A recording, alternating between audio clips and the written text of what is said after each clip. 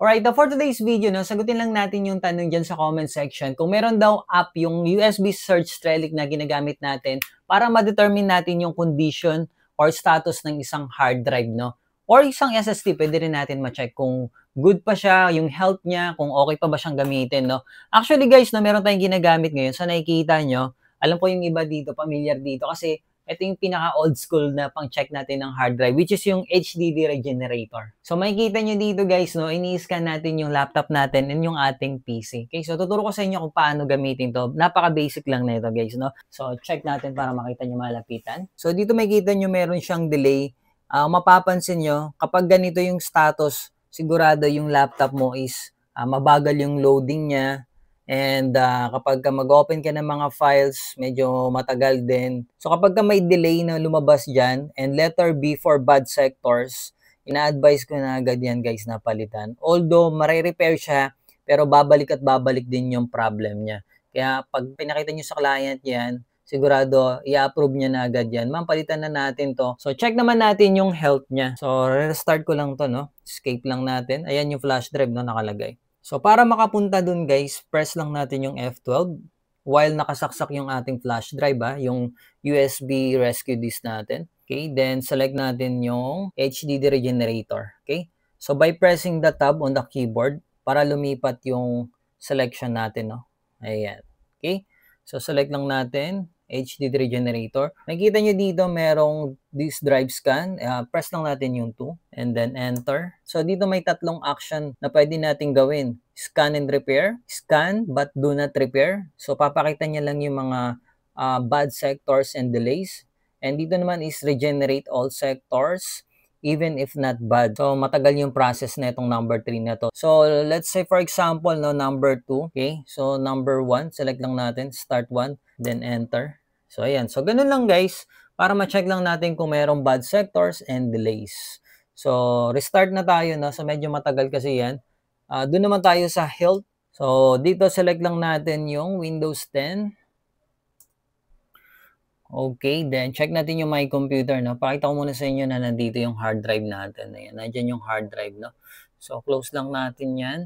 And then start, programs. Dito select natin yung diagnostic. And then select natin yung hard disk Sentinel. Alright, so ito na yung program natin. Then dito makikita natin yung drive natin. And dito sa baba yung mga partition. So dito sa taas guys, ito yung hard disk natin. So ito na yung health ng ating hard drive, no? 27%, so acceptable pa siya. Actually kahit nga konting-konti pa yung talagang critical na. As long yung performance 100%, magagamit pa rin natin yun. And yun nga lang, maglalabas siya ng warning dito na kailangan mo na mag-backup. Ayan, gaya pala, mayroon pala dyan. It's recommended to backup. So, yun talaga, required talaga na mag-backup ka na kapag ganyan na yung mga health status mo. So, napaka-basic lang neto guys. So, ito lang yung method na ginagamit ko para ma-check yung status ng hard drive natin, no? So, pwede rin yan sa SSD. So, subukan natin, no? So, mayroon nga pala akong Oreco guys, no? Sa mga gustong bumili na itong enclosure na to, napakaganda na ito, matagal ko nang ginagamit. Dalawang enclosure kasya sa isang pouch. Ayan, so marami tayong mga hard drive dito. Let's say for example, no, ito, subukan natin to. Pwede rin yan kahit naka-enclosure, ma-check nyo yung hard drive or yung SSD. Ang tagal siya mag-read, and nakikita nyo nagda-not responding. Oh. So pag ganito yung status is bad to. Check natin yung isa. Check natin to. So, dalawa po yan. Ayan. So, negative din lo. Ito naman, data.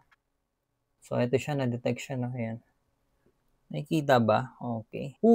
Bakit 25%? Tangin na, bago lang to Dami ko pa namang ginamit na ganito sa mga client. So actually nga itong mga data na ganito is kinukonsider ko na isa sa mga branded Unlike dito sa mga Ramsta, Kimtigo. So explore nyo lamang guys yung mga program dito.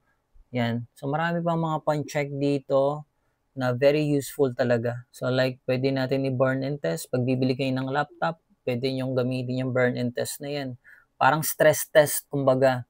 Keyboard testing ng laptop, ng keyboard, Yan, yung HD regenerator, may 2024 version din dito. Ayan. And then, LCD monitor test, meron din siya. So, explore nyo lamang, maraming mga software dito. So, ito nga pala guys, marami pa akong mga hard drive dito. Yung iba, 1 terabyte, 500 GB. So, yung mga yan is galing sa mga client na mga nagpa-upgrade.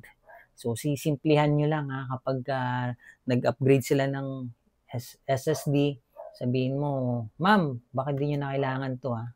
Akin na lang 'to. Pero matutuwa naman sila dahil yung difference nung nilagay natin versus dun sa HDD, mas malayo, 'di ba? Mas mabilis. Tatanungin mo nun si client 'no, si customer, "Ma'am, anong pasasabi niyo sa performance?" 'Di ba? So yung mga ganito po kasi ma'am, wala na talaga mga old type na 'to, okay? So ayun, abangan niyo guys yung iba pa nating tutorial. Maraming salamat sa inyo. And sa mga nagtatanong lagi ng link, naka-pin post na po, no? Pasensya na kayo kasi limited lang talaga yung nagagawa kong comment. Kapag ka madami, marirestrict na ako. Pero sa chat, nagre-response naman ako hanggat kaya ko, okay?